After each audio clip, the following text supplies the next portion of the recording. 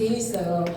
그 전능하신 하나님 앞에 나가서 도우심을 구하는 하나님의 성령의 능력으로 말씀을 깨닫게 해달라고 하는 그 기도문이 있어요. 그 기도문을 하시고 꼭 주님의 도우심을 구하시면서 말씀을 읽으시면 좋을 것 같아요. 그래서 이렇게 그 보면 이렇게 보면 이렇게 맥락이 이렇게 쭉 이렇게 번호가 있잖아요. 하나님께서 나에게 말씀하신 것, 그리고 그 말씀하신 것을 이렇게 요약하는 그 성경 내용을 요약하게 돼 있고, 내가 은혜 받은 부분 요약하게 돼 있고, 그 말씀에서 하나님께서 나에게 말씀하신 걸 또 쓰게 돼 있고, 그 말씀하신 것에 내가 순종할 게 뭐 있는지, 그래서 그 순종하는 그 부분이 이렇게 되게 중요한데, 여기서 이제 우리가 순종이 되려면 뭐가 돼야 되냐면 조정이 돼야 돼요. 그러니까 순종은 뭐고 여기 보면은 하나님을 아는 것에서 자라난 이 부분에 8과 9과 10과가 이 부분에 말씀 묵상 부분이 이렇게 잘 정리되어 있어요. 읽어보시기만 해도 무슨 이야기인지 이해하실 수 있도록 잘 설명이 되어 있으니까 이게 잘 이해가 안 되고 어려운 분들은 이 8, 9, 10과 이 책 2단계 기초 성경 공부 교재 2단계 하나님 아는 것에서 자라나면 여기서 8, 9, 10과를 이렇게 하시면 어떻게 묵상을 해야 되는지 이렇게 설명이 나와 있어요. 그걸 읽어보시고 도움을 받으시면 되겠습니다. 그래서 가장 중요한 건 뭐냐면 여러분이 하나님의 음성을 듣고 싶어 하죠. 음성을 듣고 하나님 인도하심을 받고 싶어 하지 않는 크리스찬은 없을 거예요. 근데 중요한 것은 뭐냐면 하나님이 나에게 말씀하셔도 그 말씀을 이렇게 순종하지 않잖아요. 하나님 저에게 말씀해 주세요. 주님 제 온 삶을 다해 주님을 순종하겠습니다. 이런 자세로 하나님의 도우심을 구하면서 이렇게 할 말씀 있잖아요. 그럼 하나님 말씀 안 하실 이유가 없어요. 그런데 대부분 말씀을 하셔도 그게 좀 어려운 말씀이잖아. 순종하기. 그러면은 이 말씀이 아니 내가 이 말씀을 깨닫게 받게 이렇게 좀 회피하면서 순종을 안 해요. 그리고 조정과 순종이 제일 중요한데, 조정은 뭐냐면 하나님이 예를 들어서 우리가 이제 말씀 가운데 내가 나를 말씀을 더 읽기를 원해, 큐티를 더 하기를 원해, 이렇게 하나님 말씀하셨어요. 그럼 거기다 쓸 거 아니에요? 내가 말씀을 이렇게 읽도록 하나님 인도하셨다, 이렇게 말씀을 읽겠습니다, 이렇게 썼어. 그런데 그럼 어떻게 해야 돼요? 말씀 읽어야 되죠? 그런데 이 말씀을 읽기 전에, 그 순종하는 행동 전에는 뭐가 있냐면 그 말씀을 읽을 수 있도록 내 삶의 그 패턴이라는 게 있잖아. 이미 살던 삶의 패턴이 있어요. 알바하고, 아침에 일어나면 핸드폰 보고, 학교 갔다가 집에 와서 넷플릭스 보고, 유튜브 보고, 그 다음 씻고 과제하거나 내 볼일 보고 하면 잘 시간이야. 그렇게 내 삶을 계속해서 그대로 고집스럽게 계속 살면, 삶을 조정하지 않으면 순종은 못해요. 왜냐면 이미 내 삶이 이미 하나님을 떠난 삶에서 이미 세팅이 돼 있어.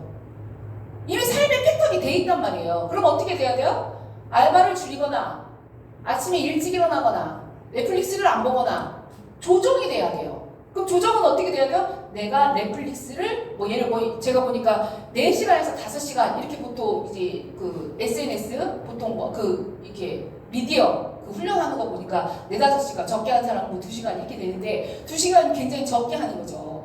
근데 그런데 내가 2시간을 미디어를 본다. 그런데 큐티할 시간이 없다. 그럼 조정에다가 뭐라고 써야 돼요?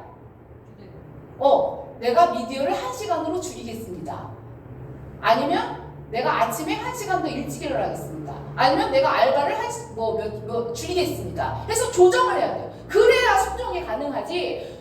내 삶은 그대로 두고 순종이 불가능해요. 자, 물질도 마찬가지예요. 내가 하나님 앞에 하나님 11조 하라고 그랬어. 11조 하라고 했는데 이미 내가 월세 내고 이자 갚고 내 생활비 쓰고 하는 대로 이미 그 예산이 다 짜져 있어요. 그러면 11조도 못하고 내가 하나님의 감동 주셨을 때 내가 헌금도 못해. 이미 삶이 딱 정해져 있어. 그 물질을 쓰는 게 이미 세팅이 돼 있어. 그럼 하나님께 순종하는 삶은 불가능해요. 자, 그럼 어떻게 해야 돼요? 물질의 삶도 조정을 해야 돼. 자, 어떻게 해야 돼요? 내 씀씀이를 줄여야지. 내가 옷 사는 거를 매달 5만원어치를 썼다. 그러면은 3만원으로 줄여야 돼요. 그게 조정이에요. 무슨 얘기인지 알겠죠?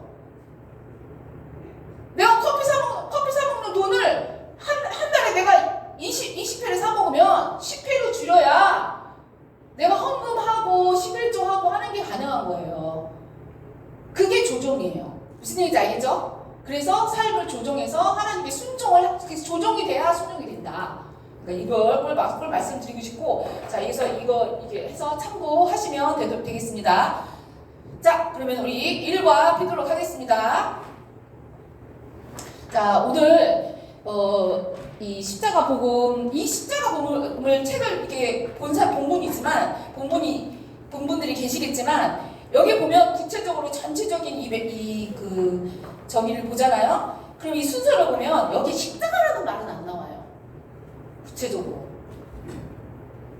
그런데 왜 이게 십자가 복음이냐? 우리가 예수 그리스도, 아까도 제가 기도할 때 잠깐 기도했지만 예수님께서 십자가에 달려 돌아가셔서 우리의 모든 죄를 사하시고 그 다음에 우리의 의가 되셨잖아요. 근데 그 예수님이 우리가 예수님께서 나와서 고린도전서 1장 30절에 보면 예수 그리스도께서 하나님으로부터 나와서 우리의 뭐가 되셨어요? 지혜와 의로움과 거룩함과 지의거고 지혜로 이렇게 외워요. 우리의 지혜가 되시고 의로움이 되시고 거룩함이 되시고 우리 구원이 되세요. 그런데 예수님이 어떻게 내 삶에 그럼 예수님만 이름만 부르면 그럼 구원이 돼? 내가 지금 힘들어 죽겠는데 사망 가운데 있는 것을 얼어 죽겠는데 예수님 부르면 그게 구원이 되냐고. 그게 무슨 말이냐고. 그럼 내가 예수님만 부르면 내가 죄 안 짓고 거룩해지냐고요. 그래서 우리가 그 예수님의 십자가의 의, 그 복음을 어떻게 우리 삶에서 실현하는지를 구체적으로 방법을 제시한 책이 이 책이에요.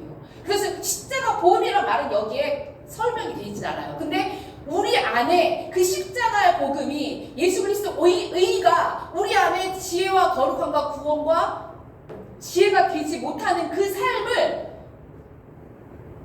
부숴버리고 다시 십자가의 복음에 우리가 기초를 쌓을 수 있도록 도와주는 책이에요. 그래서 이 책은 결국에는 뭐냐면 우리의 가치관을 부수는 책이에요. 우리가 예수님 믿은 지 굉장히 오래됐어요. 그죠? 근데 그동안 예수님을 믿고 나서 신앙생활 하는데 이미 어디서 들은 거, 친구가 말한 신앙생활, 어떤 목사님이 방송에서 한 말, 그리고 친구가 옆에 있는 셀 리더가 해준 말, 이런 거를 근거해서 신앙의 기초를 잡아요, 우리가. 그러면 신앙이 하나님이 다른 줄, 제가 설명할 때 하나님이 다른 줄, 하나님의 기준 앞에 아모스 5장에 나오는 7장 7절에 나오는 그 아모스 성경 말씀의 기준이 된 삶이 되지 않기 때문에 우리 신앙생활이 삐그덕삐그덕 하고 결국 넘어지고 하나님을 떠나서 우리가 우상을 숭배하게 되는 거예요. 그래서 우리 안에 제일 중요한 건 뭐냐면 우리 안에 이미 가지고 있는 신앙의 체계가 있죠. 신앙의 가치관이 있단 말이에요. 예를 들어서 옛날에 이렇게 빌고 이렇게 하던, 옛날에 정령 숭배를 하던 그런 사람들은 예수님 믿고도 계속 이렇게 믿고도 이렇게 해요. 그런 우리 안에 이미 신앙생활, 그러니까 하나님을 믿는다고 하지만 하나님이 아니야. 그 하나님이 내가 알고 있는 하나님, 내가 믿고 있는 하나님이라는 그 개념을 쌓아놓고 그 개념 아래에서 내가 신앙생활을 해요. 그래서 그 개념을 우리가 부숴야 되기 때문에 때론 여러분들이 아플 수 있다. 아플 수 있고, 왜냐면 내가 여태까지 그 기초의 신앙생활을 해왔기 때문에 그거 아니야, 그거 거짓 신앙이야, 이렇게 얘기하면 화를 내요. 대부분의 사람이. 저도 화가 났었어요. 왜? 수십 년 동안 내가 그렇게 신앙생활을 했는데 내 신앙이 그럼 잘못됐단 말이야?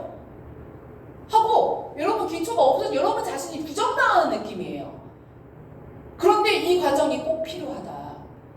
그렇지 않고서는 제대로 된 하나님의 그 기준 앞에서 제대로 세워지는 신앙이 없다. 그래서 때로는 여러분들이 힘들고 어려울 수 있어요. 받아들이지 못할 수도 있어요. 특히 우리가 기본적으로 가지고 있는 것은 율법주의거든요. 율법주의는 뭐냐면 내가 특별한 어떤 의식을 가지고 신앙의 본질을 대처하는 거예요. 이제 앞으로 배울 텐데 그 신앙생활, 그러니까 내가 이것을 함으로써 하는 것을 그냥 하나님의 인격체이신 하나님을 섬기고 사랑하는 것을 대신해요. 예를 들면 그냥 주일날 딱 한 번 주일 예배 드리고 그냥 봉사하고 나름대로 자기 임의대로 하나님을 섬긴다고 하는 그 내용을 하는 것을 하나님을 사랑하고 온 전지를 다해서 하나님을 사랑하는 것을 대체해버려요. 이게 율법주의예요.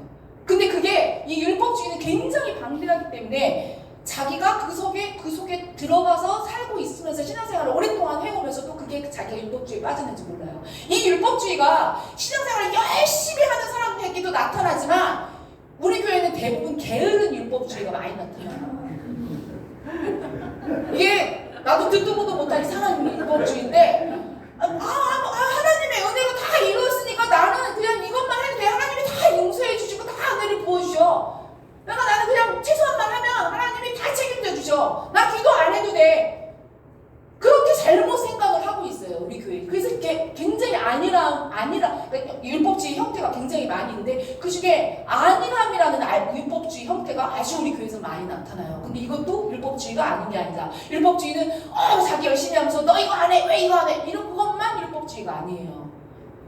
그래서 우리가 그 부분에 대해서 오늘 계속해서 이제 나갈 텐데 오늘 첫 번째 이 일과 우리 같이 제목 읽어볼까요? 시작. 이 친밀한 규제는 사실은 우리가 신앙생활을 어떻게 이해를 해야 되냐면 신앙생활은 그냥 내가 사랑하는 사람을 만나는 거라고 이야기하면 이 모든 게 설명이 쉬워요. 우리가 이 신앙생활을 종교행위라고 생각하기 때문에 이게 설명이 복잡하고 어려운데 자, 결혼의 시작은 뭐예요? 결혼의 시작은 뭐예요? 현지민 선생님? 교제. 맞아요. 교제. 어떤 교제? 연애요. 그런데 저기 연애를 하는데 그 중매로 만났어. 교제는 교제인데 중매로 만났어. 그럼 사랑이 아니에요? 아직 아니에요. 왜? 친밀하게 사랑하진 않기 때문에. 다 교제라고 해서 다 친밀한 교제가 아니고 다 사랑이 아니야. 그 결혼 못해요. 물론 조건 때문에 결혼한 사람이 있지만 있었어요. 나도 알고 있는 사람이 있어요.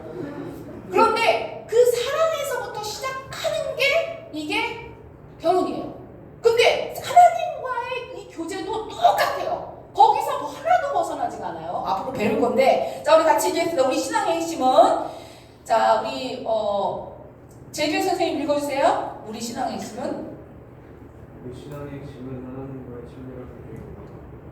사실 무력지이신 만분의 하나님과 만드는 사람의 친밀한 교제는 우리 신앙의 모든 것이라고 해도 과언이 아닙니다. 하나님과의 친밀한 사랑의 교제는 우리 신앙의 다른 무엇보다 우선입니다. 우리가 하나님과의 친밀한 교제 가운데 있을 때 신앙의 다른 부분들도 진정으로 가능해지며 거기에 하나님의 믿는 생명이 되십니다. 자 여기 신앙의 다른 부분보다도 이 친밀한 교제가 중요하다고 써 있어요. 그런데 우리가 어떻게 생각하냐면 신앙의 다른 부분이라면 어떤 부분일까요? 하영이? 여기서 말하는 신앙의 다른 부분이 뭐예요? 친밀한 교제 말고 하나님의 신앙의 다른 부분이 어떤 부분이 있어요? 상? 여기서 말하는 신앙의 정성윤 선생님 뭐라고 생각해요? 신앙의 다른 부분. 신앙의 다른 부분보다 친밀한 교제가 중요하다. 이 말이 무슨 말이에요? 율법. 예배. 그렇죠. 자, 신앙의 다른 부분보다 이 친밀한 교제가 중요하다는 거는 우리가 기도, 예배 드리는 거, 말씀 읽는 거. 자, 우리가 이거 설명 좀 먼저 하고 할게요. 자, 우리가 이 율법과 약간 우리 박현옥 권사님하고 잠깐 얘기 나눴는데 우리가 여기도 나오는데 아까 이제 친밀한 교제가 여기 쭉 한번 그 파란 색깔 보면 친밀한 교제가 하나님과 의식보다 더 우선이고 사역보다 우선이고 그 다음에 뭐보다 우선이에요?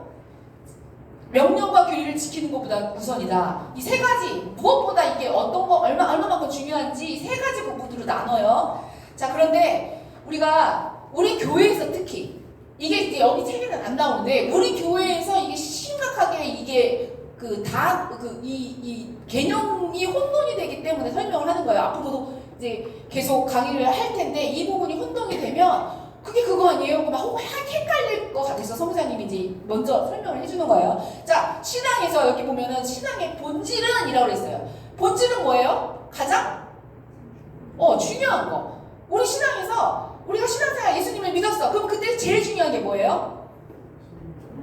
하나님과 친밀한 교제라는 거예요. 근데 옛날에 성부사님이 우리 송비영 선생님 전도했을 때 예수님 처음 믿었을 때 제일 먼저 시킨 게 뭐냐면 말씀 읽는 것부터 시켰어요. 말씀 읽는 것부터 시키고 전도시키고 알파 밥하는 거 시키고 그랬단 말이야. 자, 우리가 본질이 있어요. 본질은 뭐야? 우리 여기 넘어가려고 이글 선생님들 뭐예요? 얘기해 보세요. 네, 하나님과의 친밀한 교제. 그 다음에 하나님의 행하심을 보고 동참하는 거. 행하심을 보고 동참. 자, 이거는 구약과 신약이 있어요. 우리는 지금 어느 시대에 살죠? 우리 신약 시대에 살아요. 예수님이 오시기 전 요 지금 이 사이에 산다고 말이에요, 우리가.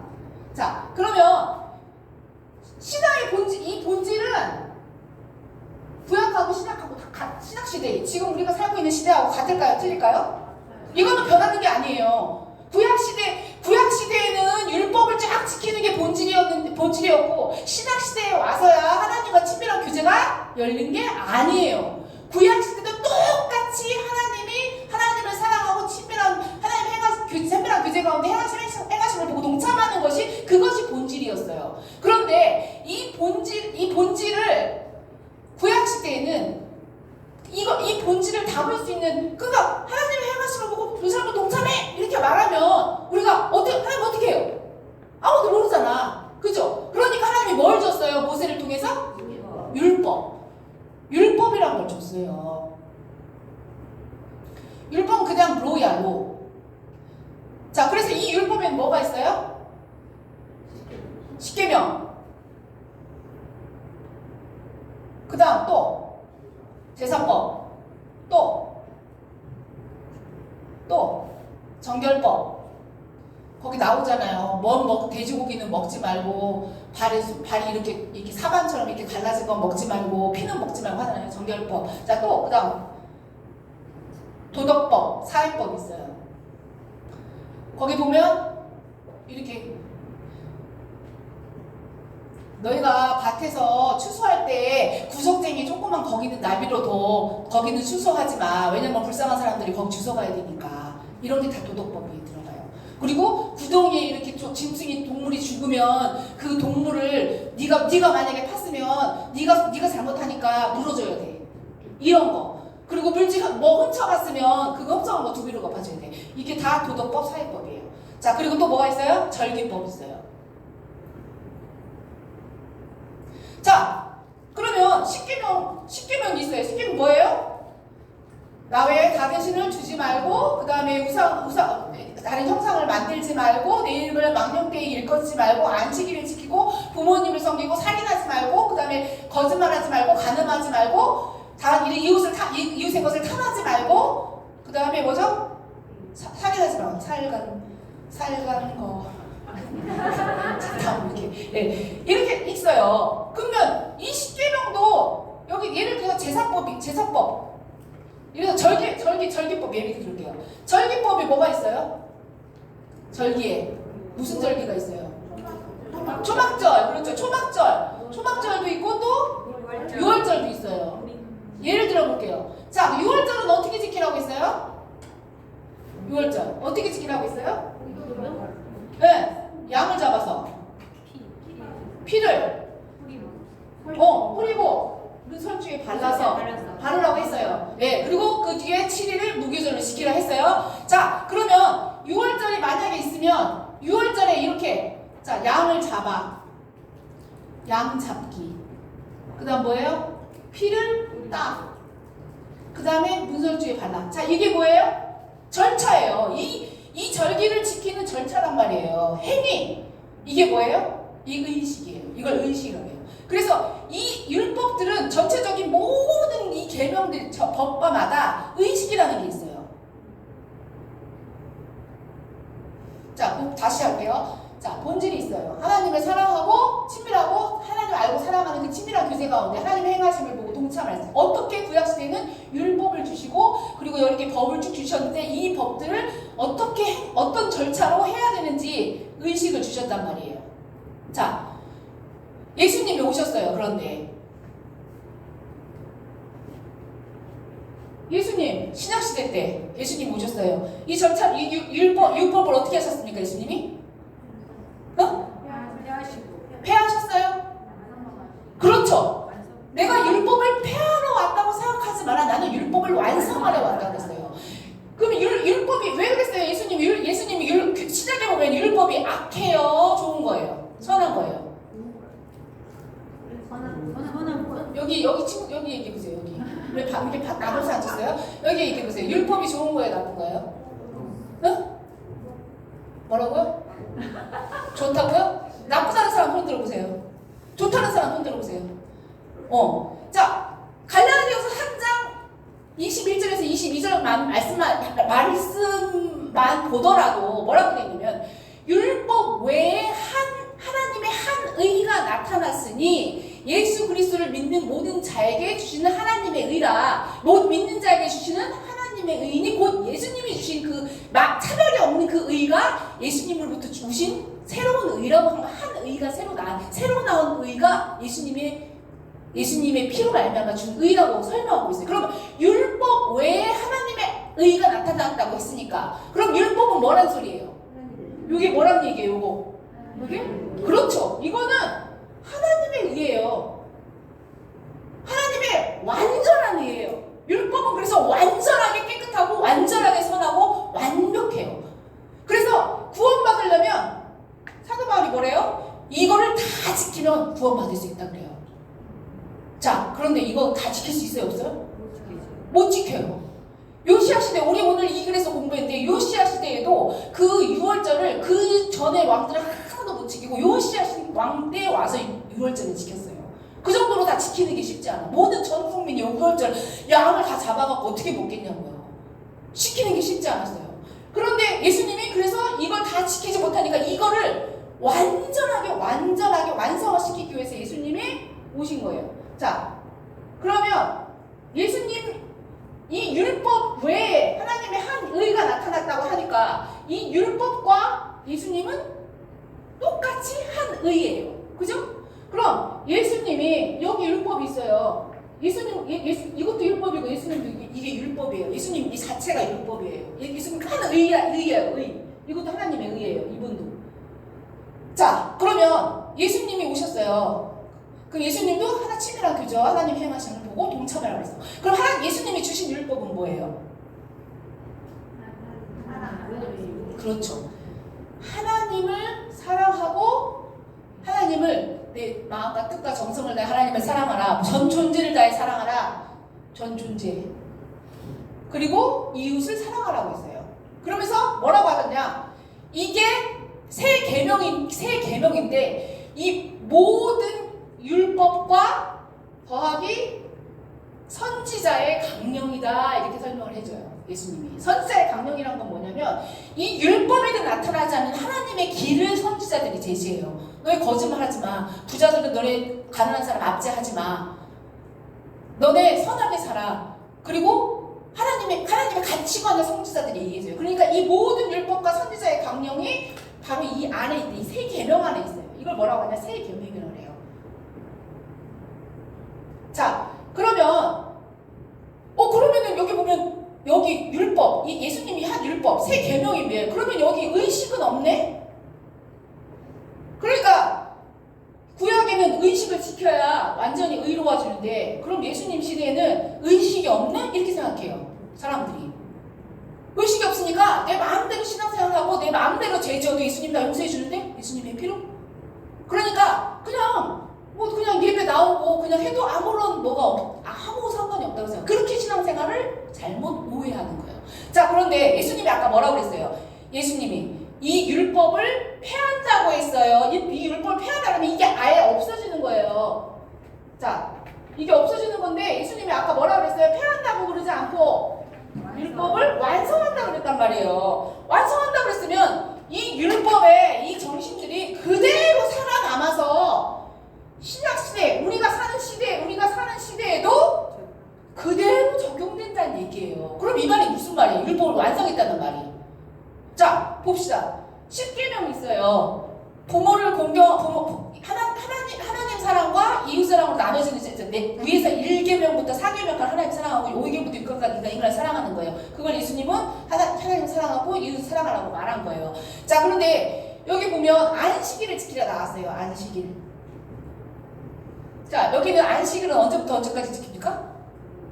그렇죠. 금요일 저녁부터 해지기 직후부터 다음날 토요일날 해지기 직전까지. 맞죠? 네, 그렇게 해서 안식을 지켜요. 그러니까 딱 만 하루를 지켜요. 자, 그런데 예수님이 하나님 사랑, 그러니까 하나님 사랑이랑 다 예를 드는 거예요. 하나님 사랑의 그 1계명부터 5계명, 이 10계명에서 4계명이란 말이에요. 안식일을 지키라는 게. 그런데 예수님이 이 안식일이라는 이 계명을 완전하게 완성을 했어요. 이게 무슨 말이에요?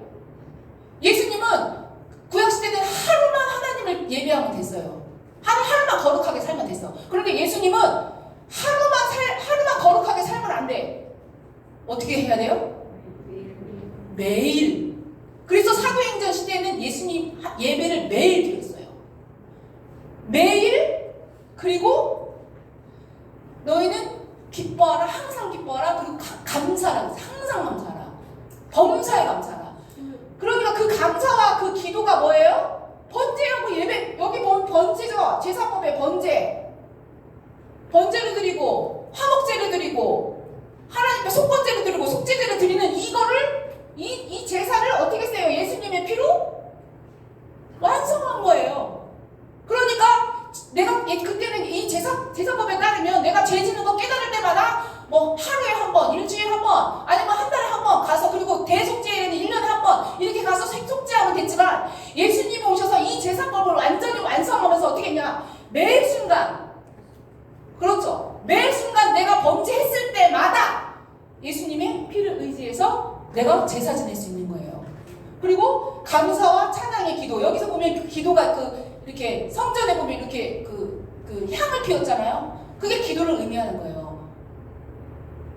그 모든 이 제사법을 예수님이 오시면서 이것을 완전히 완성해요. 그러니까 하루만 예배 드리면 됐지만 그 신약시대는 아니에요. 매일 드리는 거예요. 제사도 1년에 한 번, 한 달에 한 번 이렇게 했지만 신약시대에는 매 순간 매일 1분 1초도 한 번 더 숨 쉴 때마다 하나님 예수 그리스도의 피를 의지해서 예수님이 보좌 앞에 나가는 거예요. 그 지성소에 들어갔던 것처럼. 그래서 예수님이 이 모든 율법을 완성하셨어요. 자, 그러니까 이렇게 매일 이 율법의 이 모든 정신 있죠. 하나님을 사랑하고 하나님을 예배하고 이 하는 모든 율법을, 제사는 가끔만 하면 됐어. 그런데 우리는 이 제사를 어떻게 지내야 돼요? 예, 로마서 12장 1절에 보면 뭐라 그랬어요? 너희가 거룩한 산재로 제사로 드리라. 너희 몸을 드리라 그랬어요. 양과 소로 드리는 게 아니라 너희 자신을 하나님께 산제사로 드리니까 매일 잡아야, 우리를 매일 잡아야 돼. 매일 자기 분해해서 자기를 죽여야 돼요. 이게 율법의 완성이에요. 그러니까 우리가 생각하면 이 율법을 다 하나님이 폐했다고 생각하는데 폐한 게 아니에요. 우리는 더 완벽하고 더 완전하게 하나님의 완전한 통치를 위해서 예수님이 십자가에 달려 돌아가신 거예요. 그래서 예배 드리는 거, 그거를 일주일에 한 번만 드리는 게 하나님의 신약의 뜻이 아니에요. 예배 드리는 거 매 순간 매일 하나님 앞에 나를 산 제사로 바쳐서 죽여서 내 몸을 따서 하나님께 드리는 게, 그게 신약의 예배예요. 그러니까 이거는 이거보다 더 쉬워, 안 쉬워? 이게 더 어려운 거예요. 그러니까 이거를 폐했다고 생각하시면 안 돼요. 그러니까 이 정신을 그대로 우리가 여기 의식했죠. 그 절차, 어떤 한 행위, 그걸 어떻게 해요? 우리가 신약에서는, 우리 교회에서는 어떤 걸 해요? 그렇죠. 주일 예배, 금요기도회, 화요일 주간의 중보기도, 뭐 수요일 중기도회, 성경 읽기, 전도, 이런 것들이 다 의식이에요. 그러니까 우리가 의식이 없다고 생각하죠. 근데 의식이 이런 의식으로 나와 있는데 이것 자체가 율법이고 의식인 거예요. 그러니까 의식인 거예요. 의식. 이 정신을 담는, 여기 밑에서 이 본질을 담는 의식이 이것들이 의식이었다면, 신앙에서는 이 정신을 담는 것이 바로 예배와 기도와 말씀 읽고 전도하는 것들이라는 거예요. 무슨 얘기인지 알겠어요? 그러니까 신약 시대에 이 의식이라는 거는 나쁜 게 아니에요. 이 정신을 담기 위해서 우리가 행동, 절차, 어떤 행위를 하는 거예요. 그런데 자, 그럼 이제 설명을 해볼게요. 우리의 신앙의 핵심은 하나님과의 친밀한 교제입니다. 인격체이신 만물의 하나님과 나누는 사랑의 친밀한 교제는 우리 신앙의 모든 것이라 해도 과언이 아닙니다. 자, 이 말은 그럼 뭐예요? 여기 의식 있죠? 그러니까 이 친밀한 교제가 이렇게 원래 그 본질은 있는데, 이것을 담는 이 의식들, 여기 말하는 다른 부분들도 다른 무엇보다 중요하다라는 의미는 바로 이 금요 예배, 주일 예배, 기도하고 말씀 읽기, 봉사하는 거, 이런 모든 것들보다 하나님을 알고 사랑하는 것이 중요하다, 이런 의미예요. 그러니까 결국에는 우리가 한 사람을 사랑할 때, 지민 선생님 졸리죠? 피곤하죠? 자, 애인 있다고 생각해보세요. 자, 애인 있어요. 애인인데 이제 뭐 중매로 만났든 데이트로 만났든 어디서 소개로 만났어요. 만났는데 이제 사랑했어. 근데 그 여자가 있어. 여자가 있고 우리 청년들 여자가 있다고 생각해봐요. 그런데 사랑하는 결혼을 먼저 했어. 결혼을 사랑하지도 않는데 결혼을 먼저 해가지고 결혼기념일 지켜야 되고, 결혼식 해야 되고, 의식해야 되고, 설거지도 해줘야 되고, 선물도 갖다 줘야 할 수 있어요? 결혼을 하면은 해야 되는 의식들이 있어요. 있어 없어요? 있어요. 100일 되면 100일 선물도 사줘야 되고 해. 300일도 해야 되고 1000일도 해야 되고. 근데 그 의식들을 사랑하지도 않는데 할 수 있어 없어? 없어요. 이름이 뭔지, 어디서 태어났는지, 어떤 표정을 할 때 귀여운지 알아야 사랑을 해.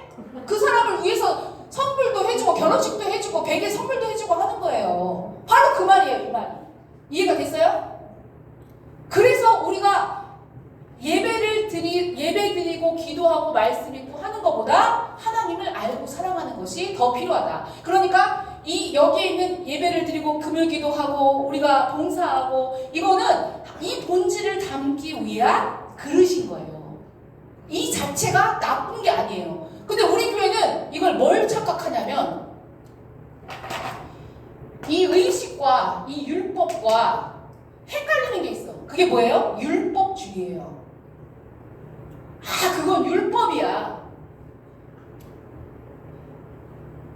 하나님을 알고 사랑하고 친밀한 교제 가운데 거하고 하나님 행하심을 동참하는 이 삶을 살기 위해서 이 담는 그릇들 자체가 나쁜 게 아니에요. 이 의식 자체가 나쁜 게 아니에요. 이건 반드시 해야 돼요. 이거는 이 본질을 담는 그릇과 같은 거예요. 여기 우유를 이렇게 차량차량 담으려면 어떻게 그릇이 있어야 돼요. 의식이 있어야 우리가 하나님을 사랑하는 표현을 할 거 아니에요. 근데 이 의식조차 없으면, 이것조차 없으면 본질을 담을 수가 없어요. 근데 우리는 그걸 뭘 착각하냐면 율법주의와 혼돈을 해요. 율법주의가 뭐냐면 그거 해야 돼. 그거 안 하면은 그것만 강조하는 것은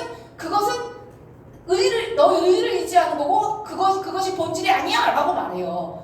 우리 교회에서 그 언어를 잘못 써요. 율법주의와 율법과 의식을 혼돈해서 사용해요. 그러니까 우리가 이 의식, 하나님 앞에 기도하고, 하나님 앞에 기도 앞에 나오고, 말씀을 읽고, 그 다음에 봉사하고, 뭐예요? 예배드리고 하는 거는 당연히 하나님의 친밀한 교제를 위해서 해야 되는 거예요. 이거를 안 해도 된다고 생각하는 게 우리 교회에 굉장히 심각해요. 그러니까 말씀을 안 읽어도 된다고 생각하면 말씀을 여태까지 안 읽은 거예요. 맞아요. 제 말이 맞아요, 틀려요? 잘못 이해한 거란 말이에요. 그래서 우리 근데 이 말씀 이런 부분들이 다 있어야 되지만 이런 부분보다 더 중요한 게 하나님 알고 사랑하는 것이다. 자, 졸릴 수 있어요. 자,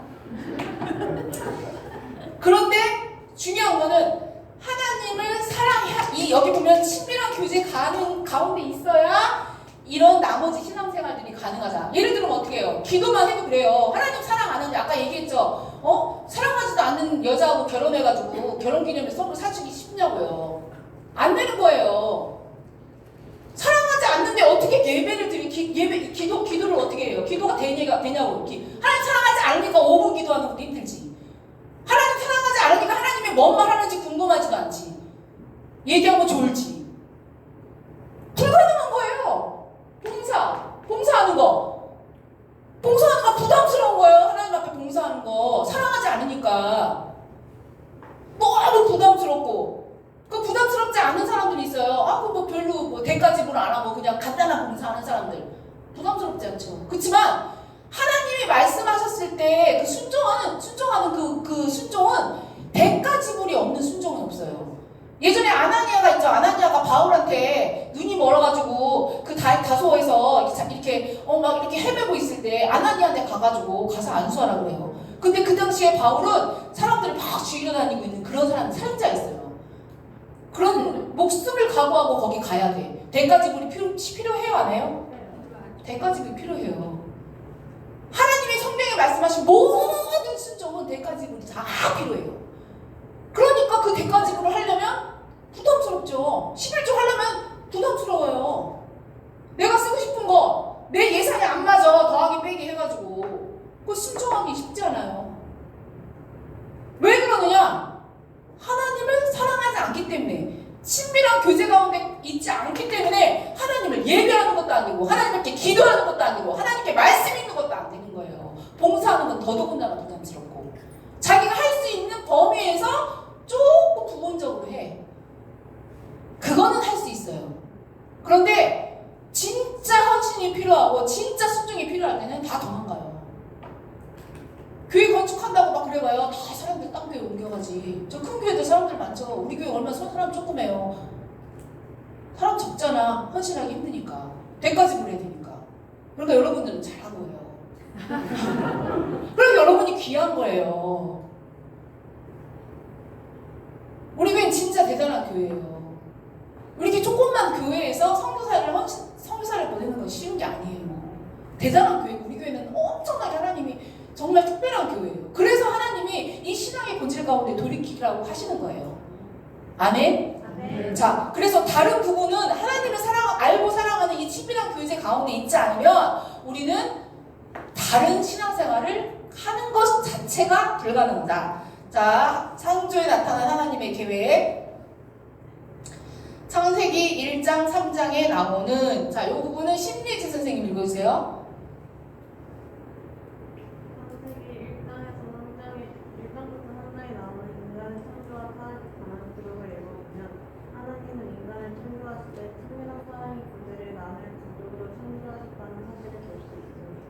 네, 아멘. 자, 제가 이거를 가족으로 창조하셨다고 하니까, 자, 여러분 가족끼리 모여서 뭐 해요? 제가 기대한 건 그거였어요. 밥을 같이 먹는다, 이야기한다, 뭐 사랑한다, 뭐 이런 거였는데 싸워요, 뭐 잠만 자요. 심각하다. 여러분 이제 이게 이론적으로는 알죠. 가족이 밥을 먹고 친밀한 교제를 위해서. 근데 이렇게 우리 교회 안에서도 그렇고 실제 많은 가정들이 많이 깨져 있어서 이 가족이라고 해도 그런 친밀한 교제를 못 누려요. 진짜 그래요.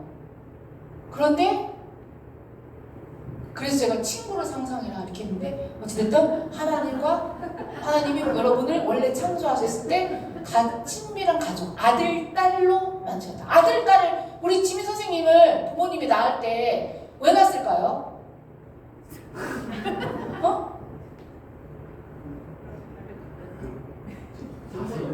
자세히 잘 모르겠죠. 근데 뭐 도모로라고 나왔을까요? 살림에 보탬되기 위해서? 옛날엔 그랬어요. K 장녀라고 해가지고 꽃미천이다 해가지고 이제 바깥 나가서 공장에 가서 돈 벌어오고 그랬어요. 첫 딸들은. 근데 우리 신혜원 선생님, 부모님이 우리 신집사님이 우리 해만 선생님 왜 낳았을 것 같아요? 사랑하려고.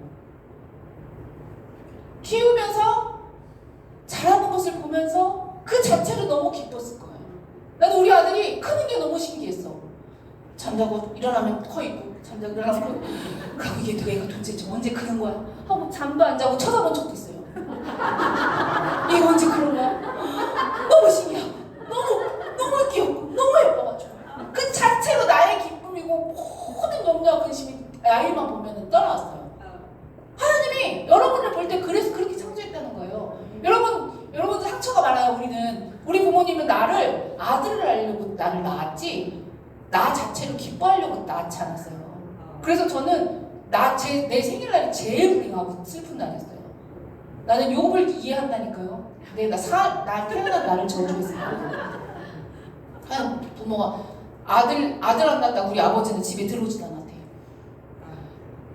근데 여러분은 하나님이 여러분을 창조하신 그 목적도 하나님과의 친밀한 교제 가운데 여러분을 사랑하기 위해서 그냥 여러분 자체가 좋아서 여러분을 창조하신 거예요.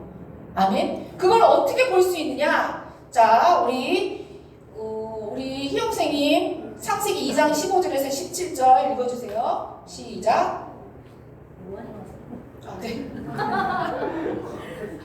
여호와 하나님이 그 사람을 이끌어 에덴 동산에 두어 그것을 경작하여 지키게 하시고 여호와 하나님이 그 사람에게 명하여 이르시되 동산 각종 나무의 열매는 내가 임의로 먹되 선악을 알게 하는 나무의 열매는 먹지 말라. 내가 먹는 날에는 반드시 죽으리라 하시니라. 아멘. 자, 그를 어디에 두었다고 하셨죠?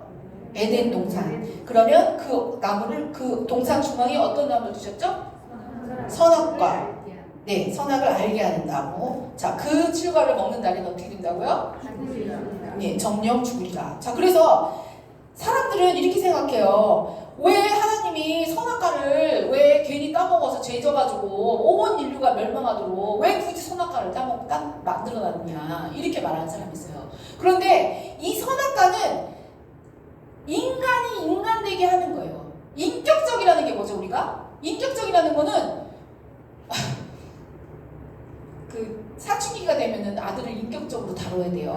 그러고 화를 내요. 그래서 어렸을 때는 그냥 내가 어제 먹었던 밥을 해주면 돼요. 외식도 내가 먹고 싶은 거 먹으면 돼요. 근데 이제 여러분들이 중학생 되고 고등학생 되잖아요. 그러면 전 성사님은 냉삼을 좋아해요. 냉동 삼겹살을 무진장 먹었어요. 그죠 성미아 선생님? 무조건 냉삼이야. 비인격적이었어 나는. 근데 인격적이면 어떻게 해야 돼요? 오늘도 냉삼 먹어? 이렇게 할 수 있어 없어? 없어. 자유의지가 있단 말이에요. 우리 중간생님 뭐 좋아해요? 음식 고기 좋아해요? 그런데 엄마가 맨날 야채 산채 비빔밥 이런 샐러드 이런 것만 해줘요. 그럼 인격적이 아니야? 그래도 먹긴 하겠지. 엄마의 생각해서 어렵게 만들었는데 먹긴 하겠죠. 근데 그 인격적이 아니라 1년 내내 그거 줘요. 산채 비빔밥. 그 인격적이 아니에요? 인격적이라는 건 그거야. 의견을 물어보는 거.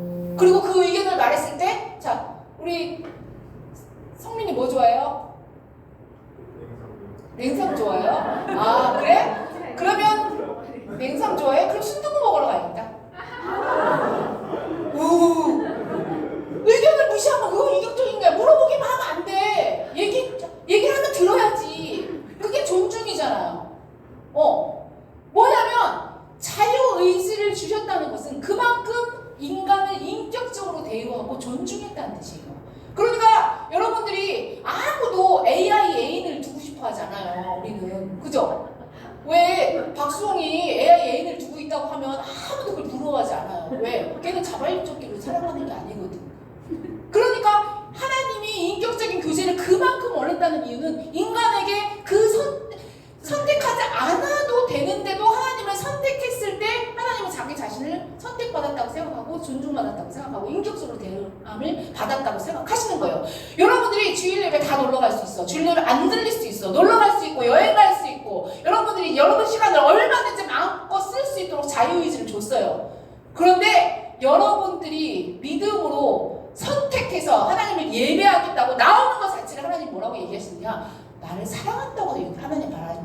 이게 말씀하시는 거예요. 그게 하나님의 언어예요. 근데 이건 인간의 언어하고도 비슷해. 내가 우리 남편이 나를 꽁꽁 묶어가지고 집에서 맨날 살림하는 여자로 나를 그렇게 집에 들였다 생각해봐요. 저 사람이 내가 사랑한다고 느끼겠어요? 안 먹고 나도 사랑한다고 안 느끼겠어요. 그럴 수도 있어요. 그런데 내가 자발적으로 우리 남편한테 김치찌개를 끓여주고 비타민을 챙겨주고 내가 얼마든지 나가가지고 내 시간을 보낼 수 있어. 하지만 내가 그렇게 그 사람을 내가 다른 것을 할 수 있는 그 시간에 그걸 선택해서 그 사람을 섬겨줬을 때 우리 남편은 내가 그 사람 당신을 사랑해 라고 받아들여요. 그거랑 똑같이 하나님도 여러분들이 다른 데 가서 예배 드릴 수 있고 놀러 갈 수 있고 공부하는 데 시간을 쓸 수 있고 애인을 만날 수 있고 여러분들이 모든 것을 다 할 수 있지만 그 시간을 선택해서 하나님께 드렸을 때 하나님 너희가 나를 존중하는구나. 네가 나를 사랑하는구나. 네가 나를 경외하는구나 라고 받아들여요. 그런데 반대로 여러분들이 그 하나님께 나올 수 있는 그 시간을 선택하지 않고 여러분들이 임의대로 여러분 마음대로 하나님의 의견을 묻지 않고 주일 예배 드리지 않고 그 시간을 하나님 앞에 말씀 읽지 않고 기도하지 않고 여러분 시간을 여러분 마음대로 계속 쓰면 하나님은 여러분한테 경외한다고 여러분이 하나님을 경외한다고 전혀 생각하지 않아요. 여러분이 하나님의 언어를 잘 이해해야 돼요. 성경은 하나님의 관점으로 쓰여진 책이기 때문에 하나님의 관점대로 여러분이 생각해야 되고 하나님의 길대로 신앙생활을 해야 하나님이 기뻐하시는 하나님을 경외하는 그런 사람이 되는 거예요. 우리 교회에서 제일 중요한 것이 저는 이 부분이라고 생각해요. 하나님을 경외하는 부분이 없다고 제가 느끼는 부분은 뭐냐면 여러분의 봉사의 자리나 예배의 자리나 여러분의 기도의 자리나 말씀의 자리를 여러분 임의대로 시간을 그냥 다 빼. 여러분 마음대로 그냥 시간을 다 써. 그리고 말씀 읽을 시간이 없다고 그러고 예배 때 지각하고 예배 때 안 나가고 어디 딴 데 가고 그렇게 해요. 그런 현상을 봤을 때 전혀 하나님을 경외하는 게 없어요. 여러분 직장 상사한테도 내가 빠질 때 경위서를 내요. 허락받아요. 교수님한테도 내가 수업 어디 예비군 훈련 가면 예비군 훈련 간다고 써요. 허락받고 가요. 그런데 전혀 여러분 어디 갈 때 하나님 봉사도 해야 되고 예배 드리고 하는데도 그거를 하나님의 의견을 전혀 묻지 않아. 하나님 의견 따위는 전혀 아랑곳하지도 않아요. 뭐지? 그 태도와 그 자세를 우리가 돌이키길 하나님 원하시는 거예요. 여러분 돌이키길 원하십니까? 아멘. 그게 하나님을 경외하는 거예요. 그 하나님이 얼마나 높으신 분이고 여러분의 삶의 주인이시고 왕이신지 그게 여러분 삶 가운데 여러분 예배 가운데 분명히 선명하게 인식되잖아요. 하나님이 그 우영 가운데 종기 가운데 그 영광 가운데 임하시는 그 예배 가운데 그 임하시는 하나님의 그 계신 하나님 자신을 봤을 때 우리 그 경외함이 나오는 거예요. 근데 예배가 하나님 경외하는 사람이 없는 그런 예배 가운데 하나님이 절대로 임하잖아요. 왜? 나를 무시하고 나 따위의 의견 따위는 전혀 개의치도 않고 신경 쓰지도 않는 그런 하나님 그런 분이에요. 대통령이 여러분 옛날 왕은 관찰하느라고 이렇게 저작거리에 다녔지만 하나님은 물론 긍휼력에서 임하시기 전적으로 하나님은 긍휼로 임하시긴 하지만 하나님을 믿는 그런 사람들이 전혀 하나님을 경외하지 않는데 하나님 거기서 무시당할 이유가 없어요. 그런 분이 아니에요. 하나님이.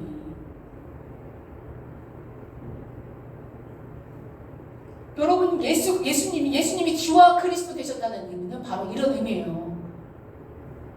여러분이 주 그리스도가 됐다는 말은 여러분이 십자가에 달려 들어가신 예수님을 믿음으로 말미암아 여러분 죄를 깨끗하게 씻잖아요. 그죠?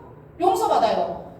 근데 내가 필요할 때 내 죄 잔뜩 져놓고 필요할 때 예수님의 보혈의 능력을 힘입어서 주님 용서해 주세요. 눈물 찔끔 흘리고 그리고 용서해 주세요. 용서해 주셔서 감사합니다. 하는 그 그리스도인의 그 그리스도 그것만 있는 게 아니에요. 예수님은 주와 그리스도 되셨다고 했어요. 주가 뭐예요? 제 교수님이 뭐예요? 이거 설교에서 배웠죠? 주가 뭐예요? 주와 그리스도 할 때 주가 뭐예요? 뭐예요? 술이에요?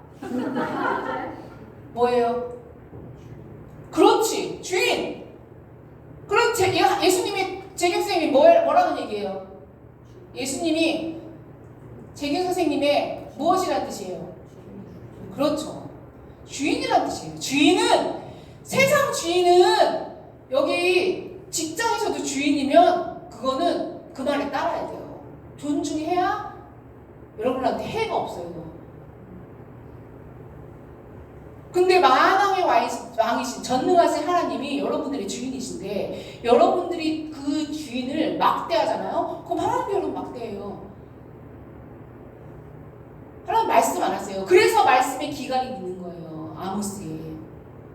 제가 설교할 때 잠깐 나눴지만 말씀의 기간, 여러분 말씀 읽어도 말씀을 깨닫지 못하고 하나님이 인도하시지 않는 이유는 뭐냐면 여러분들 하나님을 존중하지 않기 때문에 하나님도 난 너에 대해 그거 학자들은 뭐라고 말하냐면 그것이 하나님이 여러분에 대한 불쾌함을 가장 잘 표현하는 징계라고 표현을 해요. 나도 너희도 나 존중 안 하지. 내가 말해도 내 말 안 듣잖아. 니들 맘대로 하잖아. 나도 너희한테 말 안 할 거야. 그게 말씀의 기간이에요. 학자들은 그렇게 말해요. 왜 말씀을 읽어도 말씀을 깨닫지 못하고 왜 말씀 가운데 인가심을 못 받느냐? 하나님을 경외하지 않기 때문에 그래요. 6시 30분까지인가요? 자, 그럼 조금만 더 나가겠습니다. 그래서 선악과를 주신 이유가 우리에게 그 친밀한 사랑을 원하셨다는 하나의 증거가 됩니다. 그리고 두 번째는 자, 아담이 타락한 후에 자, 여기 비교가 창세기 3장 8절에서 10절 말씀 있죠? 우리 하영 선생님 읽어주세요. 그들이 그날 바람이 불 때 동산에 거니시는 여호와 하나님의 소리를 듣고 아담과 그의 아내 여호와 하나님의 낯을 피하여 동산나무 사이에 숨은지라. 여호와 하나님이 아담을 부르시며 그에게 이르시되 내가 어디 있느냐 이르되 내가 동산에서 하나님의 소리를 듣고 내가 벗었으므로 두려워하여 숨었나이다. 아멘. 자, 이제 타락하고 나서 하나님이 이렇게 하나님이 동산 가운데 거니시니까 아담이 그걸 알아요, 몰라요? 알아요. 그 거니시는 소리만 듣고도 하나님이라는 걸 알아요. 물론 창조 다른 동물일 수도 있겠지만 하나님은 이런 것을 곧바로 알 정도로 그 정도로 하나님과 친밀한 교제 가운데 있었다는 것을 알 수가 있어요. 그러니까 하나님이 에덴 동산을 그 경작하라고 했었다는 의미는 에덴 동산이 그 거칠고 막 아름답지 않은 상태에서 에덴 동산 안에 두셔갖고 그걸 막 힘들게 예쁘게 만들으라는 그런 의미가 아니라 이미 아름답게 만들어서 에덴 동산에 두셨다는 걸 알 수 있어요. 그러면서 에덴 동산에서 두게 하시고 그 안에서 하나님과의 친밀한 관계 가운데 있었어요. 그러다가 아담과 하와가 선악과를 타먹 하나님 선악을 알게 한 나무의 열매를 따먹게 되면서 그러면서 하나님의 낯을 하나님의 얼굴을 피하게 된 거예요. 그러니까 하나님이 거니시는 것만 들어도 하나님이 자기를 찾는다는 걸 알 만큼 아담은 하나님과의 친밀한 교제 가운데 거하고 있었어요. 그래서 하나님이 우리를 창조하신 그 목적이 하나님과 친밀한 교제를 누리기 위해서 우리 장성민 선생님을 형제님을 왜 태어나게 했느냐? 있는 그 자체로 너무너무 아름다워서 그냥 있는 것만 봐도 좋아서 이거 여러분 애를 낳아야 돼요. 물론 뭐 다른 이유로 애를 낳는 분이 있겠죠. 실수로 뭐 낳았다거나 저같이 의도하지 않는데 나왔다거나 이런 사람도 있겠지만 하나님은 그런 분이 아니에요. 그런 사람이라도 하나님 뭐라고 하냐? 못되게 해서 내가 너를 조직했다. 여러분 한 사람 한 사람이 그렇게 귀한 사람들이에요. 여러분 하나 주 안에서 여러분 자신을 발견할 필요가 있어요. 그럴 때 놀라운 회복이 일어납니다. 아멘. 자, 두 번째 하나님을 위한 한 백성을 세우신 목적. 하나님을 위한 한 백성이 누구죠? 이스라엘. 이쪽 좀 대답 좀 해주세요. 여기 이쪽. 하나님을 위한 한 백성이 누구예요? 이스라엘은 어떤 사람으로부터 때부터 이 민족이 시작됐어요? 누구를 하나님이 이 민족을 만드시기 위해서 누구를 제일 먼저 불렀죠? 어?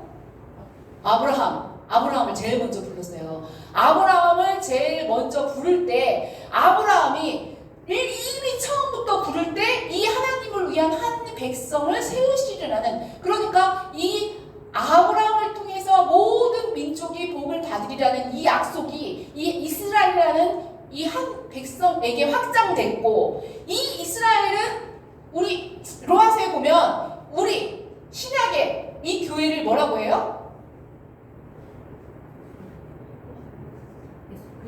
이스라엘이 있어.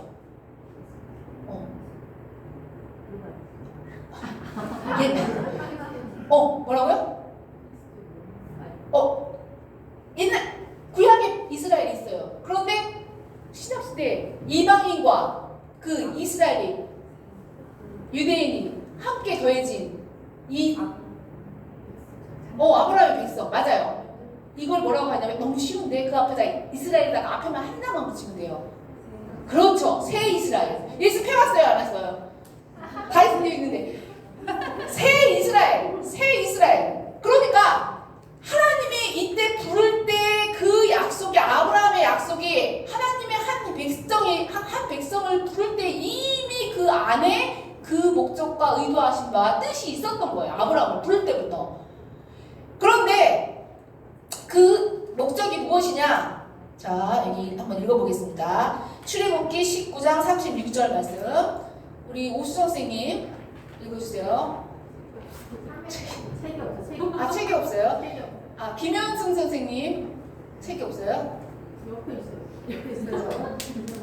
출애굽기 3장 16절 3장 36절 모세가 하나님 앞에 올라가니 여호와께서 산에서 그들을 불러 말씀하시되 너는 이같이 야곱의 집에 말하고 이스라엘 자손들에게 말하라. 내가 애굽 사람에게 어떻게 행하였은가. 내가 어떻게 독수리 날개로 너희를 업어 내게 인도하였음을 너희가 보았느냐. 세계가 다 내게 속하였나니 너희가 내 말을 잘 듣고 내 언약을 지키면 너희는 모든 민족 중에서 내 소유가 되겠고 너희가 내게 대하여 제사장 나라가 되며 거룩한 백성이 되리라. 너는 이 말을 이스라엘 자손에게 전할지니라. 아멘. 자, 하나님이 여기 보면은 애굽 사람에게 어떻게 행하셨죠? 이스라엘을 구원하시기 위해서? 네? 10가지 재앙을 내리셨어요. 10가지 재앙을 내리셔서 이제 애굽에서 끌어내신 다음에 그 다음에 어떻게 하셨죠? 사막에 이제 광야에 갇혀갖고 그 앞에 이제 뭐가 있었어요?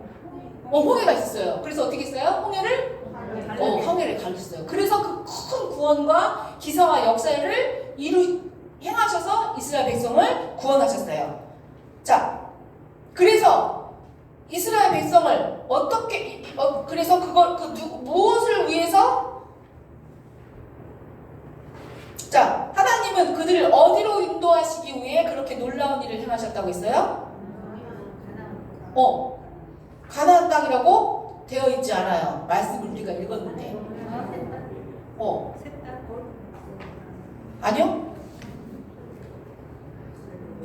내가 애굽 사람을 어떻게 하였은가? 내가 어떻게 독수리 날개를 너희를 업어 누구에게로 인도하기 위해서? 내게로 인도하기 위해서. 우리가 이렇게 생각하기 쉬워요. 우리가 하나님이 이스라엘 백성을 가나안 땅으로 인도하기 위해서 그 놀라운 기적을 행했다고 생각해요. 그러니까 우리가 이렇게 생각하기 쉬워요. 하나님의 목적은 이스라엘 백성을 가나안 땅으로 인도하기 위해서. 근데 그게 아니에요. 하나님은 이스라엘 백성을 나에게로 인도하기 위해서. 그러니까 뭐냐면 요즘 목사님 이런 예를 드는데 차 안에 파리가 들어가 있어요. 근데 이 사람이 이제 저기 부산까지 가. 그럼 파리도 부산까지 가요, 안 가요? 같이 가요. 같이 가요. 그러니까 이 이스라엘 백성이 하나님과 친밀한 교제 가운데 거하면, 하나님을 사랑하고 하나님을 알기를 사랑하는 교제감을 거하면 그 가나안 땅은 저절로 가는 거야. 무임승차. 맞아요. 하나님을 사랑하면 가나안 땅이 그 적과 끓는 땅이 그대로 얻어지는데, 사람들은 어떻게 생각하냐면 가나안 땅을 얻기 위해서 하나님을 위해서 하나님께 막 기도하고 잘 보이고 봉사하고 하나님을 찬양하고 예배한다고 생각해요. 그걸 뭐라고 하느냐? 그거를 기복주의라고 해요. 그러니까 순서가 바뀐 거예요. 율법주의도 똑같아요. 의식이 본질을 위한 수단인데 의식이 앞서고 본질이 그 뒤에 간 게 그게 율법주의고, 기복주의는 하나님이 수단이 아닌데 봉사와 예배와 이 모든 기도가 하나님을 찾는 수단인데 그게 아니라 자기가 먹고 싶은 것을 얻기 위해서 봉사와 기도와 예배를 수단 삼는 것이 그게 이 기복주의예요. 그러니까 순서가 바뀐 거예요. 자, 그래서 하나님은 원래 이스라엘 백성을 그 엄청난 기적과 기사로 구원한 것이 누구로 이끌게 하기 위해서? 자기에게 하나님에게로 이끌게 하기 위해서 그것이 원래 이스라엘이라는 한 백성을 세우신 목적이었어요. 그런데 하나님이 이스라엘 백성을 불러낸 이유도 하나님 자신에게 오도록 친밀한 교제를 위해서 부르신 것처럼, 자, 우리는 뭐예요? 새 이스라엘.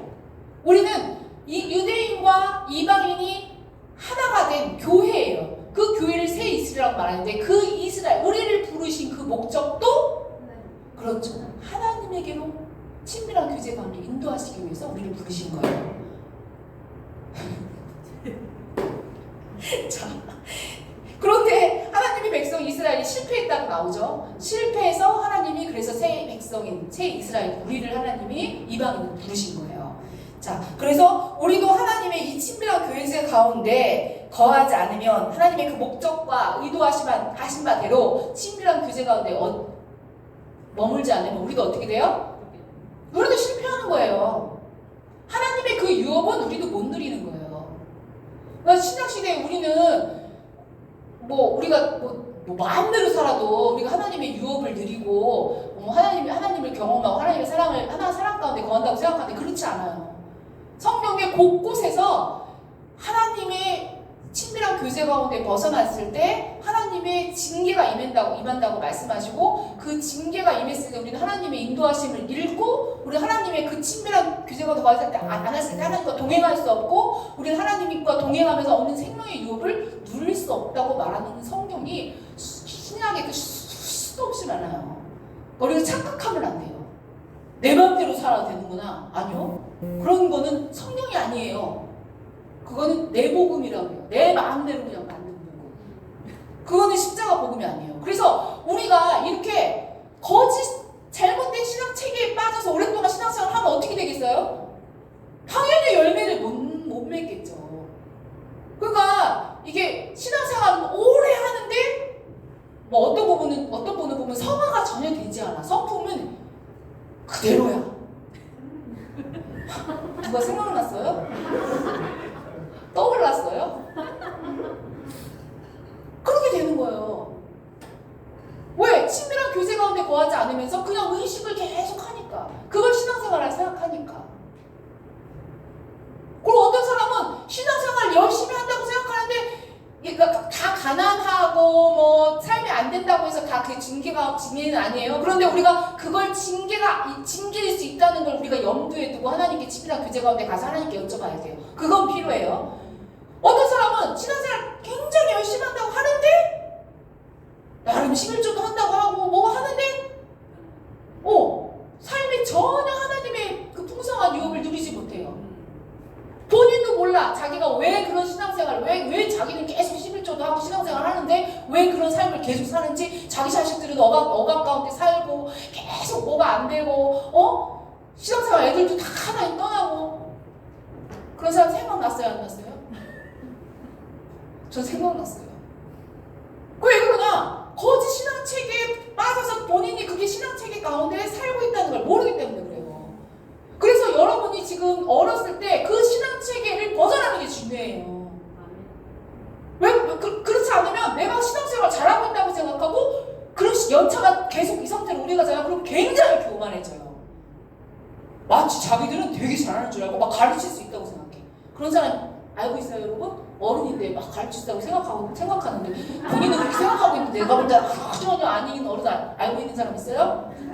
연주 선생님 왜 웃어요? 알고 있는 거. 난 알고 있어요. 새로 사는 사람. 여러분 그런 사람이 되는 거예요. 그런 사람이 되면 돼요? 안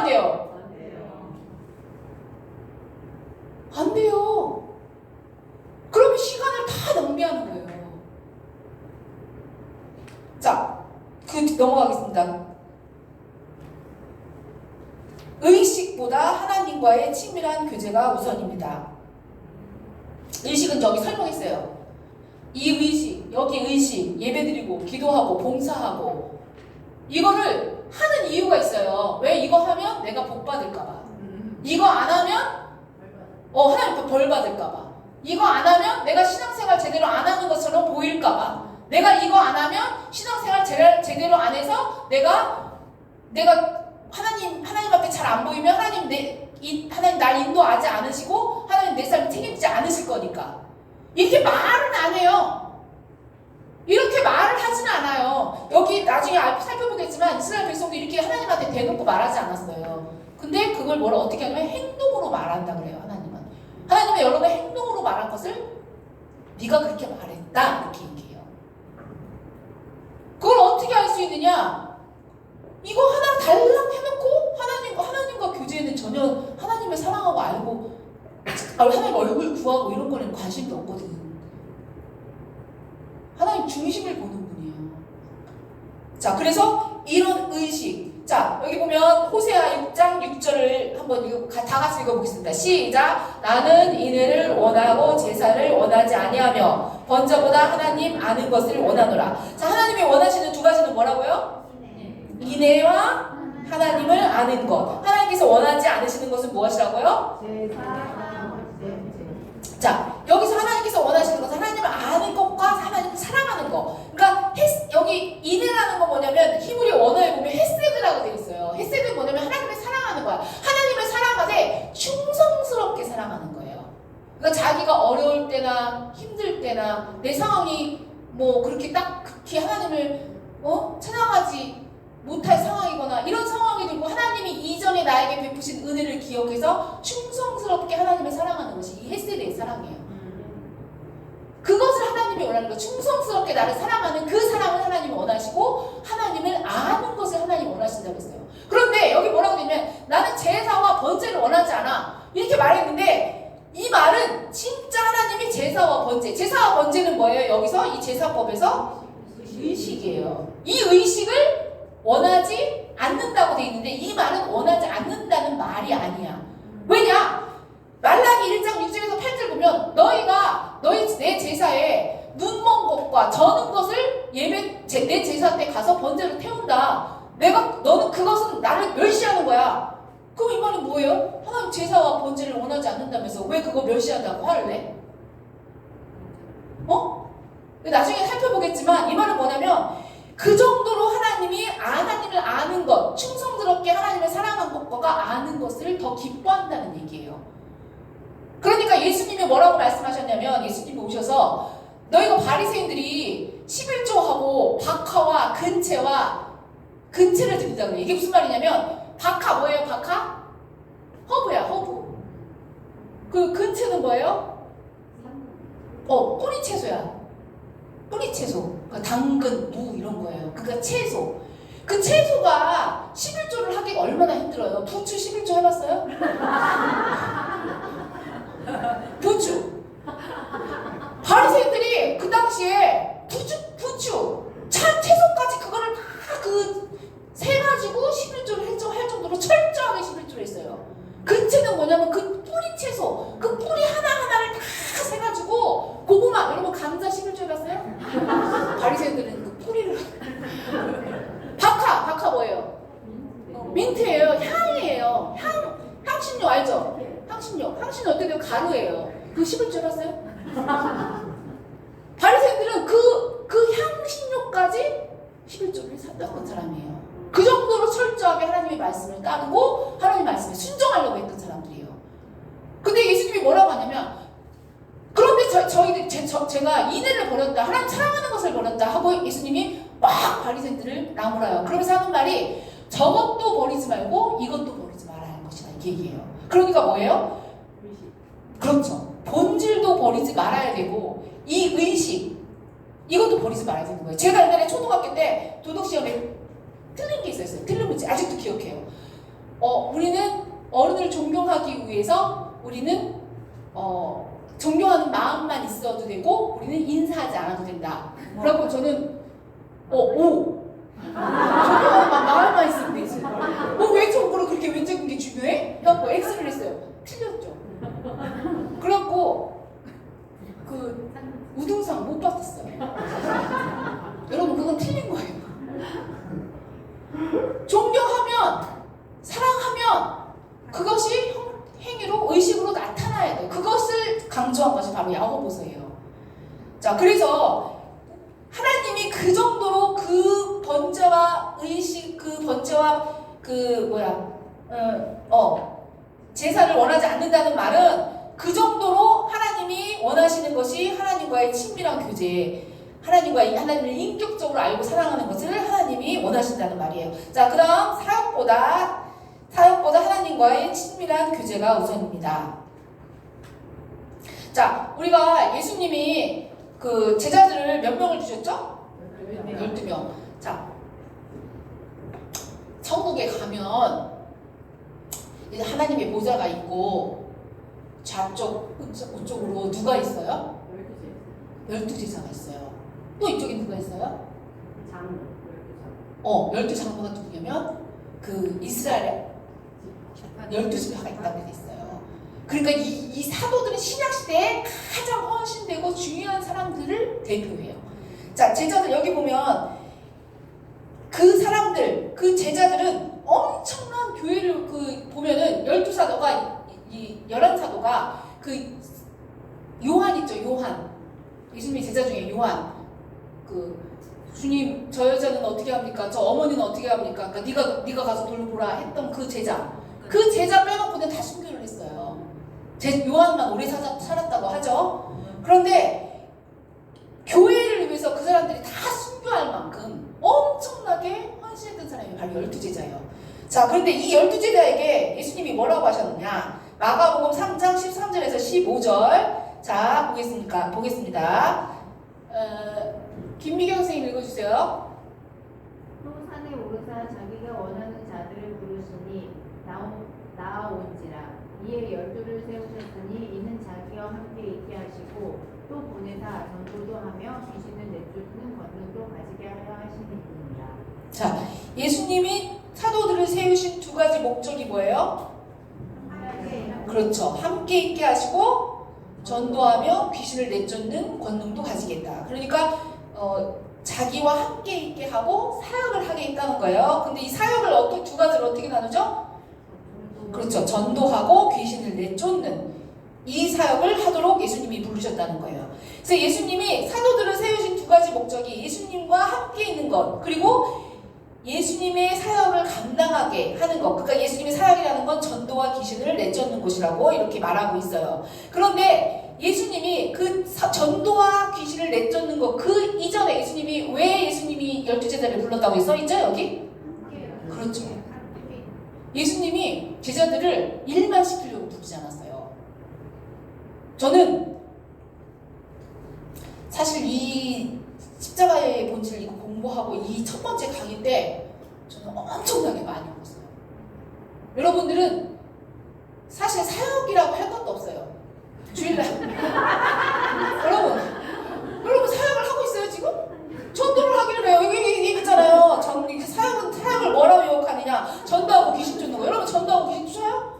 전도하지도 않잖아요.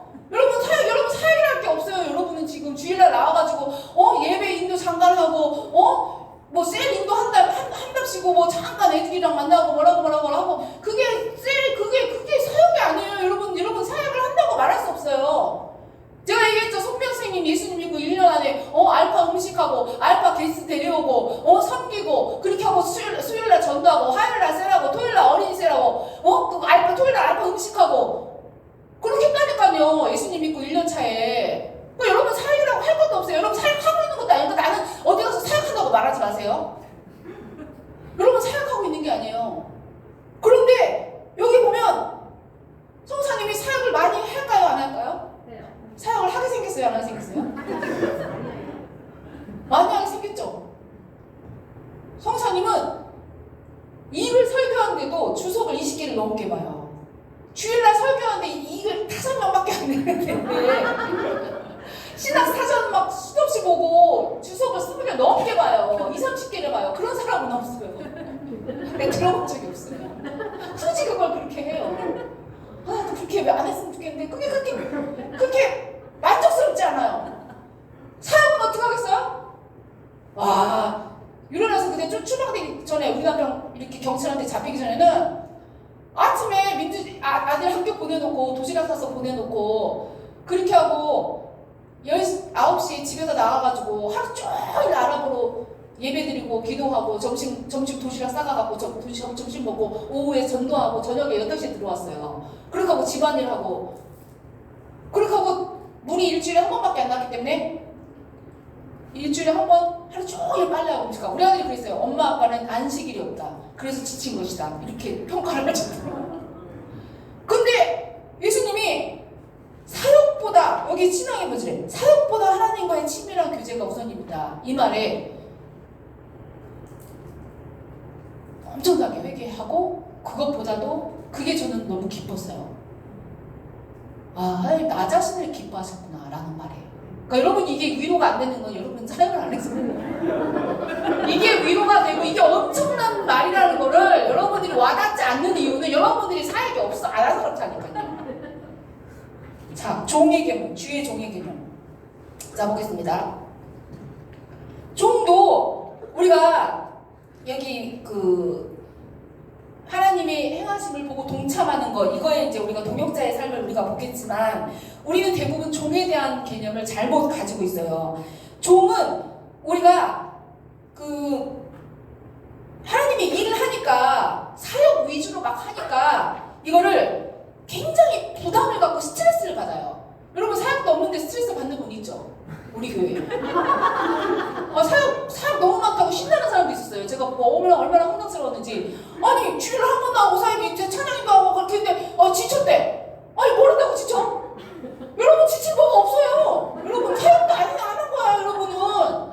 근데 뭘 지치고 뭘 정신적인 압박이 있어요 여러분이. 참나 내가 참 기가 막혀서.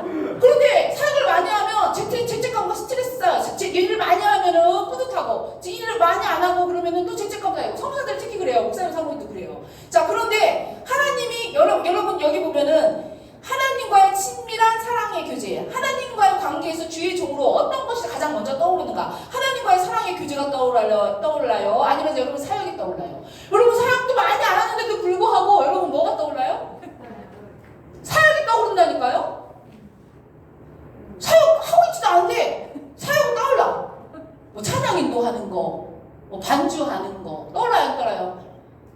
사역생이 떠올라요 안 떠올라요? 내가 주님의 종이라고 했을 때 떠올라요. 우리가 기본적으로 사역에 대한 이 스트레스가 있어요. 그러니까 우리가 주님의 종으로 섬긴다고 하면 친밀한 교제 가운데 거하는 것보다 사역을 하는 게 우선이에요. 그래서 우리 안에 압박이 많은 거예요. 여기 보면 당신이 성경이 말하는 종의 개념을 어떻게 이해합니까? 아들로 이해합니까? 일꾼을 이해합니까? 우리는 하나님이 우리를 사역자로 부르시기 이전에 우리를 하나님의 아들로 불렀어요. 아까 얘기했죠? 창조를 본 하나님이 우리를 향한 목적을 우리가 봤을 때 우리는 하나님의 아들, 딸로 교제하는 하나님의 자녀로 부르신 거예요. 자, 그래서 이런 심적인 압박감, 부담감, 뭐 정신적인 그런 스트레스 이런 거는 뭐냐면 요 친밀한 교제 가운데 거하지 않기 때문에 오는 거예요. 심지어 사역도 거의 안 하는데도 친밀한 교제 가운데 거하지 않기 때문에 부담스러워. 그러니까 여기 와서 찬양인도 한번 하세요 하면은 부담스러워서 안 해요. 그게 왜 그럴까요? 친밀한 교제 가운데 거하지 않기 때문에 그래요. 그러면 내가 사역하는 게 부담이고 압박이 아니라 앞에 나서 찬양인도 하는 게 영광스러운 거고 특권이라고 생각해요. 내가 사역을 생각할 때 특권이라고 생각하는지 아니면 내가 압박이라고 생각하는지 부담스러운지 이 두 개 하나만 딱 생각해도 내가 친밀한 교제 가운데 있는지 안 있는지 알 수 있어요.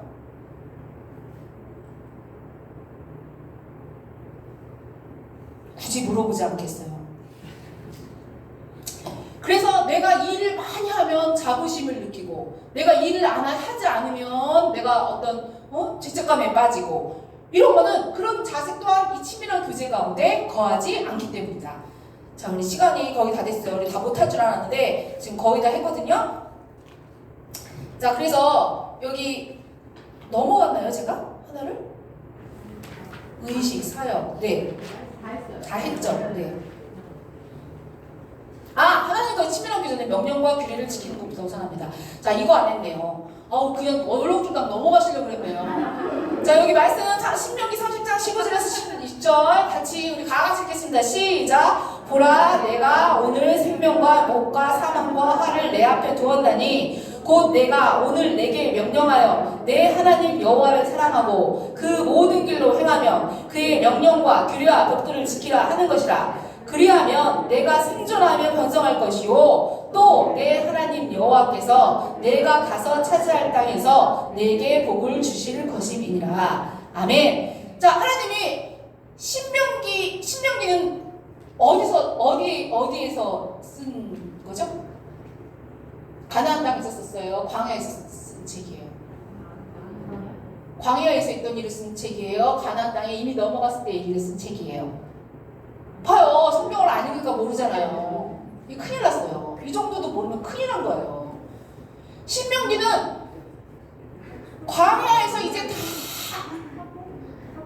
뺑뺑이를 돌다가 40년 동안 이제 가나안 땅에 들어가기 마지막 직전에 모세가 거기에 이제 1세대 광야 세대는 다 죽었어요. 하나님께 불순종하고 하나님의 행하심을 보고 동참하지 않았기 때문에 친밀한 교제 가운데 하나님의 의도하신 바를 이해하지 못했기 때문에 광야에서 다 죽어요. 누구만 빼놓고? 여호수아 갈렙만 빼놓고 다 죽어요. 그리고 나머지 2세대, 그러니까 우리 교회 말하면 여러분 세대예요. 여러분 세대밖에 이제 안 남았어. 여호수아가 이제 리더로 세워놓고 모세가 이제 뭐라고 말하냐면, 자, 너희 앞에 뭐하고 생명과 복. 이쪽이 생명과 복이에요. 생명과 복. 이쪽이 뭐예요? 사망과 저주가 있어요. 자, 너희 선택해. 그럼 뭐 선택할 거예요, 우리 지민 선생님?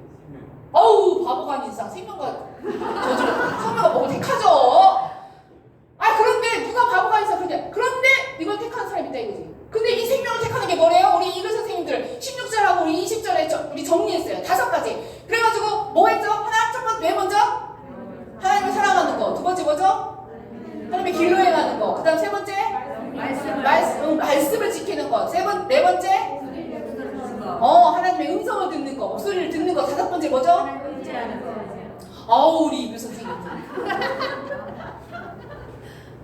16절에 3개, 20절에 3개가 있는데 그 26절과 20절에 공통되는 게 하나님을 사랑하는 거예요. 그래서 그 사랑하는 거 이쪽이 16절에 3개, 2개 해가지고 5개예요. 생명을 택하는 길을 내가 너에게 생명과 복, 사망과 저주를 더. 그러니까 근데 생명과 길을 택하는 건 무엇이냐? 하나님을 사랑하고, 하나님의 길로 행하고, 하나님의 말씀을 지키고, 목소리를 듣고, 하나님의 청종에 딱 붙어 있어. 그게 생명을 택하는 길이야. 생명과 복 다 오래요. 그런데 하나님을 사랑하는 걸 원하지는 않아요. 그럼 어떻게 되느냐? 사망을 택해. 사망을 택하는 게 뭐야? 아무도 사망과 저주를 택하지 않죠. 그런데 사망을 택하는 길이 그러면서 17절하고 18절에 뭐라고 나오느냐? 사망을 택하는 것은 너희가 마음을 돌이켜 듣지 아니하고 유혹을 받아 유산을 절하고 우상에게 섬기는 것이 사망을 택하는 길이라고 하나님은 말씀하세요. 그러면서 앞에 15절, 16절, 20절 그 사이에 사망을 택하는 길을 하나님이 말씀하세요. 아무도 사망과 저주를 택할 것 같지 않죠. 그런데 마음을 돌이켜서 하나님께 멀어지면 사망과 저주를 자기도 모르게 따라가게 돼 있는 거예요. 자, 그런데 우리가 다 생명과 복을 다 택하기를 원해요. 그래서 어떻게 하느냐? 사람들은, 자, 여기 보세요. 하나님은 그들에게 하나님을 사랑하고 하나님의 모든 길로 행하고 하나님의 명령과 규례를 지키라고 명령하십니다. 자, 제일 처음에 있는 게 뭐예요? 여주 선생님 뭐예요? 그래, 하나님을 사랑하는 거예요. 이 순서가 되게 중요하다고 그랬어요. 근데 사람들은 어떻게 하느냐? 하나님을 사랑하기 위해서 명령과 규례를 지켜요. 그러니까 내가 열심히 봉사하고 예배인도 하고 교사하고 셀 리더하고 하면 하나님을 사랑하는 거라고 생각해요. 근데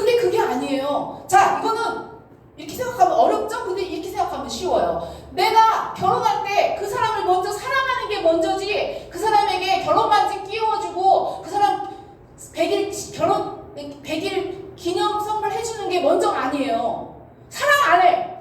그 여자를 처음 봤어. 어휴. 그런데 100일 선물 사주고 1000일 선물 사주는 남자 봤어요? 성민이? 뭐 봤어요? 못 봤어요? 나도 못 봤어요. 그런 사람은 없어요.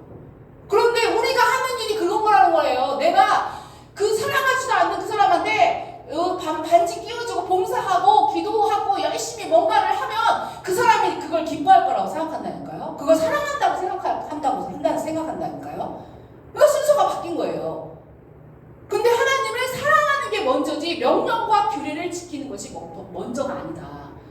그러니까 우리가 예배드리고 말씀을 읽고 기도할 때 하나님 제가 셀리더를 역할을 잘하게 해주세요 라고 기도하는 게 먼저예요. 하나님 제가 하나님을 사랑하게 해주세요가 먼저예요. 사랑하게 해주세요. 맞아요. 그리고 하나님을 사랑할 때 해마 선생님 여자친구 있나? 헤어졌어요? 없어요? 미안해요. 그런 개인 프라이버시인가? 우리 중고 선생님 어떤 여자가 있어. 그런데 그 여자를 전혀 알지도 못해. 땅콩 알러지가 있는지 나처럼 고기를 좋아하는지 샐러드를 좋아하는지도 모르는데 사랑할 수 있어요? 없어요? 그냥 얼굴을 보고 예쁘다 할 수는 있지만 맞아요. 정답이에요. 알지 않고는 사랑할 수 없어. 하나님을 그래서 아는 것이 문제예요? 사랑하는 것이 문제예요? 아는 것이 문제예요.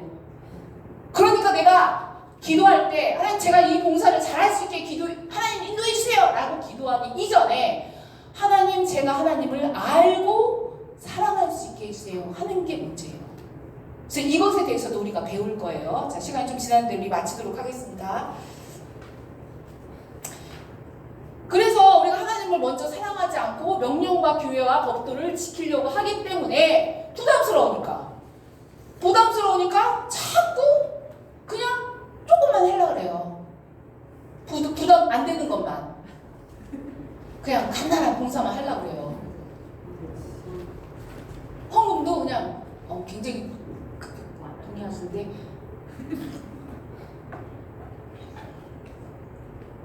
자, 우리 같이 기도하겠습니다. 우리 반주 해주시고